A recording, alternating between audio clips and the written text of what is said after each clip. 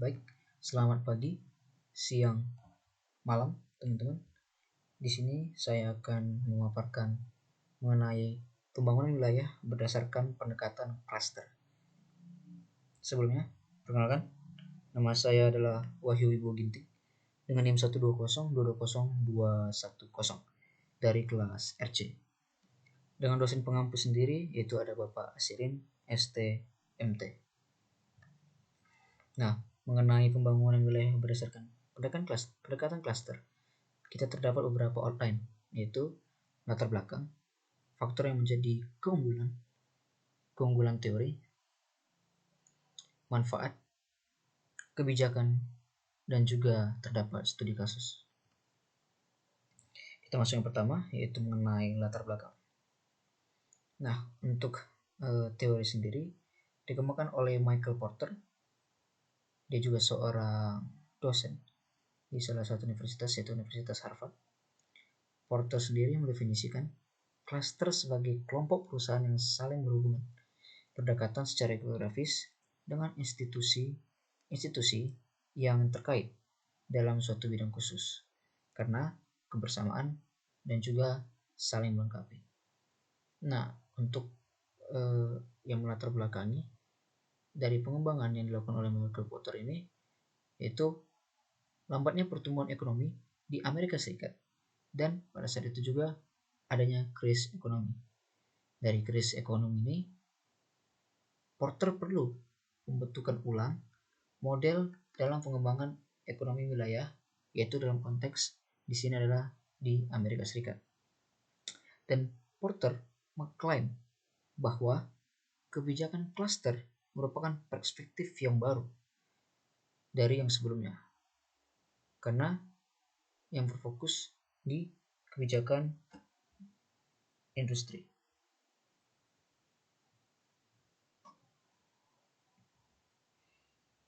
Nah, untuk karena industri ini, pembangunan berbasis klaster mendorong terciptanya lapangan kerja dan juga upah. Baik, selanjutnya kita masuk ke faktor unggulan. Nah, di sini terdapat faktor yang menentukan keunggulan kompetitif di suatu wilayah. Yang pertama adalah faktor endowment. Bagaimana sumber daya yang telah dimiliki oleh suatu wilayah, mungkin itu seperti lokasi, kesuburan tanah, iklim, dan lainnya. Ini termasuk ke dalam faktor endowment. Selanjutnya, mengenai keunggulan secara makroekonomi, yaitu kebijakan moneter, pembangunan manusia, dan kelembagaan politik yang efektif. Selanjutnya, ada keunggulan secara mikroekonomi, yaitu kualitas lingkungan, pengembangan klaster, kecanggihan strategi dan juga operasional dalam perusahaan. Dan untuk mencapai keunggulan kompetitif sendiri, Porter mengusulkan teori klaster. Klaster adalah kelompok perusahaan yang berhubungan secara geografis, secara langsung, dan kelembagaan yang saling berkaitan. Kita garis bawahi kelembagaan yang saling berkaitan dalam bidang tertentu dan saling melengkapi.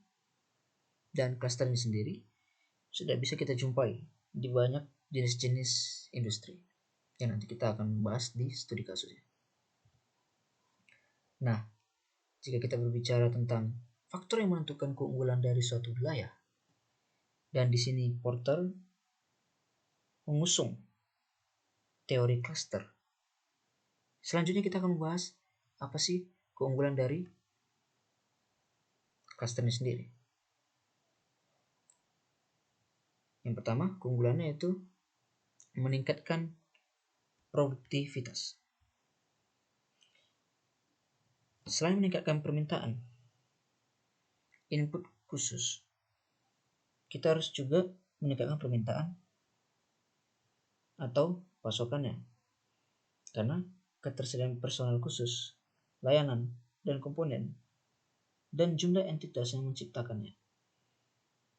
Seringkali jauh lebih besar di klaster daripada tempat lain meskipun persaingannya lebih besar. Yang kedua, meningkatkan inovasi.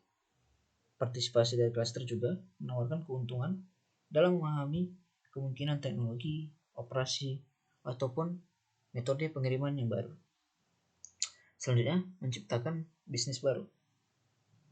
Peluang yang dirasakan di lokasi klaster diupayakan di sana karena hambatan untuk masuk lebih rendah daripada di tempat lain. Seperti aset, keterampilan, input, dan staff yang dibutuhkan seringkali tersedia di lokasi klaster dan dikumpulkan dengan lebih mudah di sana.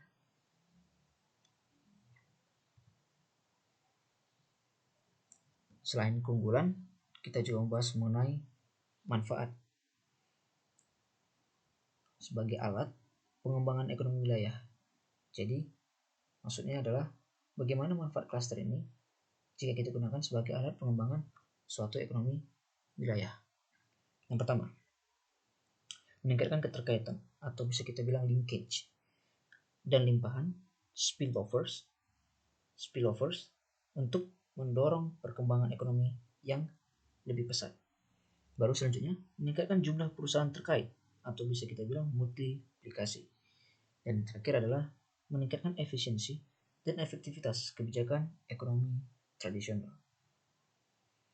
Setelah kita bahas manfaat dan keunggulan, di sini kita akan bahas mengenai kebijakan dari klaster ini sendiri, yaitu konsep yang bertumpu pada pandangan yang lebih luas dan dinamis, sehingga menyambut perusahaan asing untuk meningkatkan eksternalitas dan produktivitas kebijakan klaster, menekankan perlunya pembukaan pasar lokal, pentingnya inisiatif di tingkat negara bagian dan lokal, berfokus pada menghilangkan hambatan, melonggarkan kendala, dan menghilangkan inefisiensi terhadap produktivitas, memfokuskan prioritas dan membantu kebijakan dalam berbagai bidang, hubungan perusahaan yang sedang berlangsung dengan badan pemerintah dan lembaga lokal, dan perusahaan individual dapat secara independen mempengaruhi pengembangan klaster itu sendiri.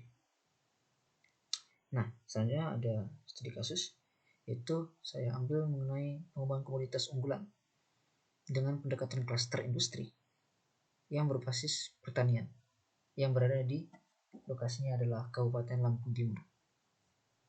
Nah, dari literatur yang saya baca, kita tarik kesimpulan berdasarkan perhitungan yang ada dengan menggunakan weight product method.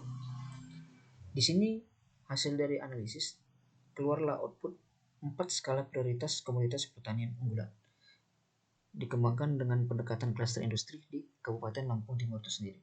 Yang pertama, komoditas padi dengan nilai 0,09328. Lalu yang kedua adalah komoditas ubi kayu dengan nilai 0,09278. Yang ketiga, komoditas kakao dengan nilai 0,09232. Dan yang terakhir adalah komoditas jagung dengan nilai 0,09165. Nah, dengan demikian, klaster industri padi memiliki keunggulan dalam komponen pemasuk bahan baku utama, yaitu mungkin bibit atau benih, lalu pemasok bahan baku pembantu seperti peralatan usaha tani, pupuk, pestisida, dan sejenisnya. Serta yang paling perlu kita bahas tadi adalah keberadaan lembaga pembiayaannya. Mungkin saja seperti BUMN, BPR, BMT, dan juga yang sering berjalan di sekitar masyarakat itu adalah koperasi. Nah, di sini dapat kita lihat kinerja dari klaster industri sendiri. Ya, mungkin yang pertama itu dari ketersediaan yang ada.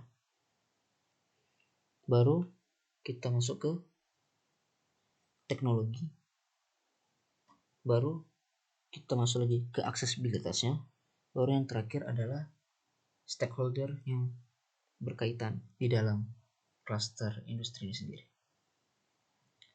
Demikian hasil paparan saya mengenai teori ataupun juga pendekatan klaster dalam pengembangan suatu wilayah. Terima kasih.